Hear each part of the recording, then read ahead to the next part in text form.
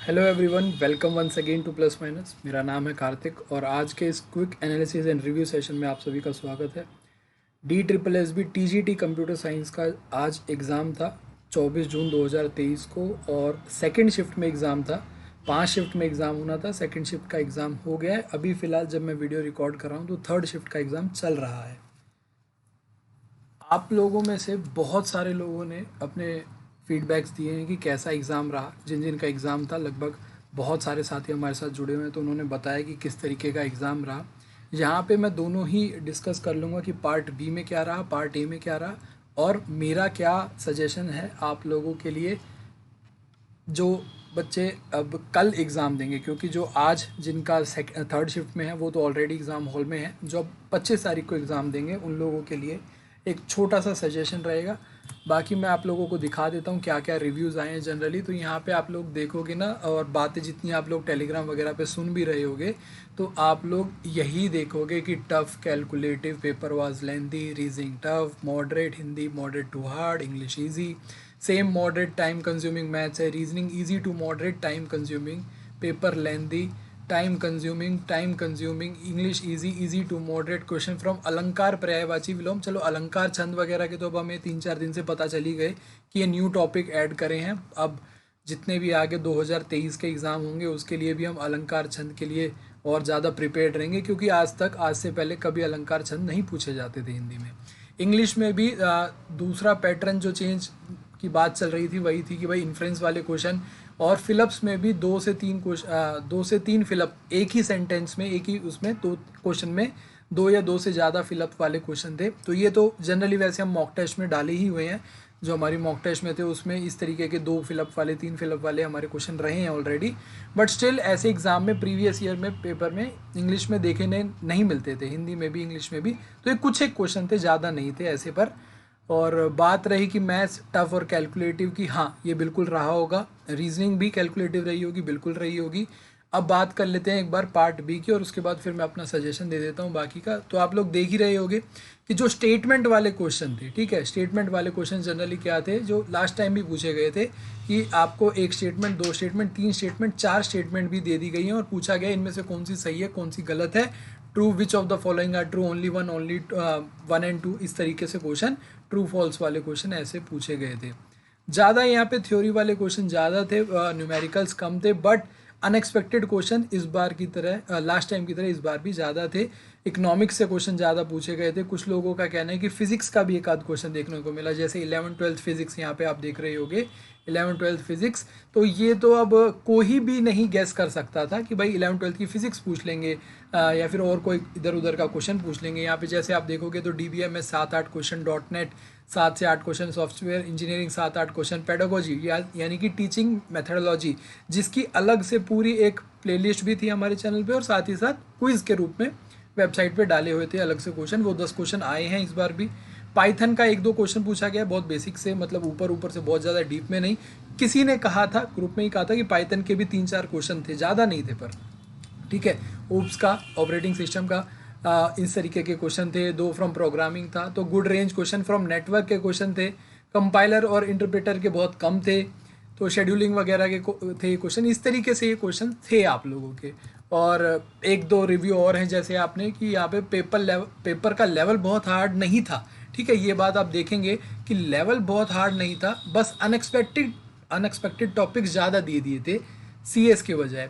जैसे business computing हो गया, एमआईएस हो गया, पाइथन के भी आए थे 1-2 क्वेश्चन। तो वही है, आप लोगों का जो अभी फ़िलहाल सिनेरियो है ना, वो एग्जैक्ट सिनेरियो है जो लास्ट टाइम एग्ज़ाम में हुआ था। उसके बाद भी हर कोई यही कह रहा था कि भाई अनएक्सपेक्टेड क्वेश्चन ज़्यादा हैं, और इस बार वो अनएक्सपेक्टेड क्वेश्चंस जो लास्ट टाइम थे उन टॉपिक से भी अलग हैं। लास्ट टाइम जैसे हमारे अकाउंट्स वगैरह के थे, तो इस बार इकोनॉमिक्स के ज़्यादा क्वेश्चन पूछ दिए, फिजिक्स के क्वेश्चन ज़्यादा पूछ दिए। तो इसका मतलब क्या है, सभी एक लेवल पे हैं भाई। अभी के लिए अनएक्सपेक्टेड है, किसी को नहीं पता होता इस तरीके के क्वेश्चन क्या आएंगे। और एक और चीज़ बात है, जब हर कोई कह रहा है कि पेपर हार्ड था, तो आप लोगों को क्या करना है, अब आप लोगों को गैस वर्क तो बिल्कुल भी नहीं करना है। गैस नहीं करना है, टाइम मैनेजमेंट का बहुत ज़्यादा ध्यान देना है कि टाइम मैनेजमेंट, टाइम से अपना पार्ट ए पूरा कर लें, ताकि पार्ट ए में अप्रोप्रिएट टाइम दे दीजिए मिल जाए। अब आप बोलोगे कि भाई थ्योरी बेस्ड क्वेश्चन थे और अगर आप लोगों को न्यूमेरिकल सॉल्व नहीं करने थे पार्ट बी में, तो पार्ट बी में इतना टाइम क्यों चाहिए? क्योंकि क्वेश्चंस बड़े थे, वहाँ पे स्टेटमेंट ज़्यादा थी, तो आप लोगों को रीड करने के लिए क्वेश्चन तो कुछ टाइम चाहिए होगा। तो इसीलिए अपना टाइम मैनेजमेंट का ध्यान रखें और पैनिक ना होए। जैसा कि अभी आप हमारे टेलीग्राम ग्रुप में जुड़े होंगे तो कुछ साथी जो एग्ज़ाम दे के आए वो यही कह रहे हैं कि भाई हमने जैसे ही पेपर देखा तो उसके बाद धीरे धीरे करके बच्चे पैनिक होने लगे, क्योंकि उनका पार्ट ए में ज़्यादा टाइम लग गया था और पार्ट बी के लिए बहुत कम टाइम बचा था। अभी एक साथी था जिससे बात हुई, वो कह रहा था कि भाई पेपर मेरा बहुत ज़्यादा छूट गया, लगभग आखिरी के 30 क्वेश्चन छूट गए, और जो टीचिंग मेथडोलॉजी है ना वो गिने चुने लोग ही पहुंच पाए, क्योंकि आखिरी के 10 क्वेश्चन थे वो, तो वहां तक लोग पहुंच ही नहीं पा रहे थे। और तो इस तरीके से आप लोगों को इस बात का जरूर ध्यान देना है कि हाँ पेपर अनएक्सपेक्टेड क्वेश्चन से भरा हुआ है, बट आप लोगों को सेलेक्टिव क्वेश्चन ज़्यादा ध्यान देने हैं, स्किप करते हुए कतराना नहीं है, और आप लोगों को पार्ट ए को सही टाइम पे सबमिट करके पार्ट बी पे पहुंचना है। क्योंकि आप लोगों को भी ये भी पता है, और ये भी नहीं कर सकते कि भाई एक बार लगातार स्किप कर दिए बाद में देख लेंगे, क्योंकि एक बार एक सेक्शन सबमिट करने के बाद दोबारा ओपन नहीं होगा। तो यही मेरी छोटी सी सजेशन रहेगी कि भाई पैनिक बिल्कुल मत होना।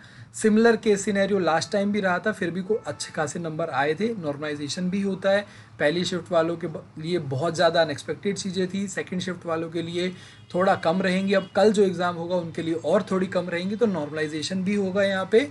और आप लोगों को टाइम मैनेजमेंट का तो खास ध्यान देना है। ये नहीं है कि कल अगर आपका एग्ज़ाम है तो आपका पार्ट ए जल्दी हो जाएगा, लेंदी क्वेश्चन आएंगे, क्वेश्चन को सॉल्व करने में टाइम लगेगा, पर वो ना तो पार्ट ए की बात कर रहा हूँ, ना तो वो आपके मैथ्स रीजनिंग में ना तो वो आउट ऑफ सिलेबस होंगे, ना ही वो बहुत ज़्यादा हार्ड होंगे, बस उनका कैलकुलेशन ज़्यादा होगा, इजीली कट नहीं रहे होंगे क्वेश्चन।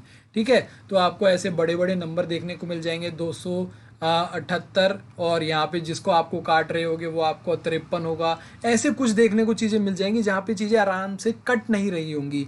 तो वो आप लोगों को खास ध्यान रखना है कि भाई अपना फटाफट हो रही हैं चीज़ें, ठीक है, नहीं तो हमें आगे भी बढ़ना है। ठीक है, यही मेरी 2 सेंट्स सजेशन थी आप लोगों के लिए। और बाकी अब अगला जो शिफ्ट ख़त्म होगा उसके बाद एक और थोड़ा डिटेल्ड मैं एनालिसिस करूँगा आप लोगों को। साथ साथ चलते हुए ये भी बता दूं कि भाई हमने एक गूगल फॉर्म क्रिएट कर दिया है, और गूगल फॉर्म का लिंक मैं ना डिस्क्रिप्शन बॉक्स में डाल रहा हूँ, और आप लोगों को हमारे टेलीग्राम पे भी हर जगह गूगल फॉर्म का लिंक मिल जाएगा। वहाँ आप लोग पे अपना सर्वे ज़रूर अटेंड करना कि भाई कितने अटैम्प्ट करे, किस शिफ्ट में था, उस हिसाब से हम थोड़ा एक एनालिसिस कर पाएंगे कि भाई हाँ एग्ज़ाम लेवल पूरा कैसा रहा और एक एक्सपेक्टेड कट ऑफ कितनी रह पाएगी। ठीक है, अभी तक इस शिफ्ट के कुछ ज़्यादा वहाँ पे सबमिशन आए नहीं हैं। आप लोग जितने भी साथी एग्ज़ाम दे के आएँ तो ज़रूर करना, क्योंकि कई बार होता है कि हम खुद ही ये सोच के बैठे जाते हैं कि हमारा पेपर सही नहीं हुआ या फिर एक्सपेक्टेशन से कम हुआ है, बट ऑल इन ऑल सभी का वैसा हो रहा होता है, तब हम सही कर जाते हैं। तो इस तरीके से भी हमें एक एनालिसिस करना होगा पूरा, तो वो एक सटीक गूगल फॉर्म से ही हो पाएगा, उसको भी आप लोग ज़रूर फिल करना। ठीक है, और कोई अपडेट आएगी थर्ड शिफ्ट के बाद हो सकेगा तो मैं लाइव आ जाऊँगा, और थोड़ी डिटेल में आप लोगों के साथ चीज़ें शेयर करूंगा जो जिनका कल एग्ज़ाम है। मैं वैसे ज़्यादा इस बात में भरोसा नहीं रखता कि आप लोगों को ज़्यादा क्वेश्चंस पता चले, क्योंकि लास्ट टाइम में जब पता चलते हैं तो ना तो कुछ होता है ना ही कुछ समझ आता है। ये सेशन भी इसीलिए था कि भाई जो पेपर दे के आ गए हैं उनका भी कहना यही है कि आप लोग एग्ज़ाम देते हुए पैनिक मत होना, और मैं भी आप लोगों को यही कहने आया हूँ कि वो टाइम मैनेजमेंट का ध्यान रख लेना, पेपर पूरा अटैम्प्ट हो जाए ऐसा करना, बेशक अटैम्प्ट कम हो पर एंड क्वेश्चन तक पहुंच जाना। ठीक है, ये नहीं है आपको 180 190 क्वेश्चन अटैम्प्ट करने हैं, आप कम भी करेंगे थोड़े, बट सही से करेंगे और पूरा करेंगे तो आपको फ़ायदा मिल जाएगा। क्योंकि मान लीजिए अगर आपने टाइम लगा दिया और आप 110 ही क्वेश्चन कर पाए, और अगर आप थोड़े से 1-2 क्वेश्चन छोड़ देते, उसकी जगह ये 10 क्वेश्चन और कर देते, मान ली 2 क्वेश्चन छोड़ देते, आप 10 क्वेश्चन ये और कर देते, तो आप 118 क्वेश्चन पहुंच जाते। इस तरीके से और अपना टाइम कंज्यूम कम कर दिया होता और आपके क्वेश्चन ज़्यादा होते। तो इस तरीके से आप लोगों को थोड़ा स्मार्ट वर्क करना होगा एग्ज़ाम में। ठीक है, चलिए फिर मुलाकात होगी आपसे, तब तक के लिए आप लोग ध्यान रखें, हंसते रहे, मुस्कुराते रहे, और जितने बाकी के जुलाई में एग्ज़ाम है वो लोग भी ये ध्यान रखें कि भाई अलंकार वगैरह और इस तरीके के क्वेश्चन आपको देखने को ज़रूर मिलेंगे। ठीक है, बाय बाय, टेक केयर, जय हिंद।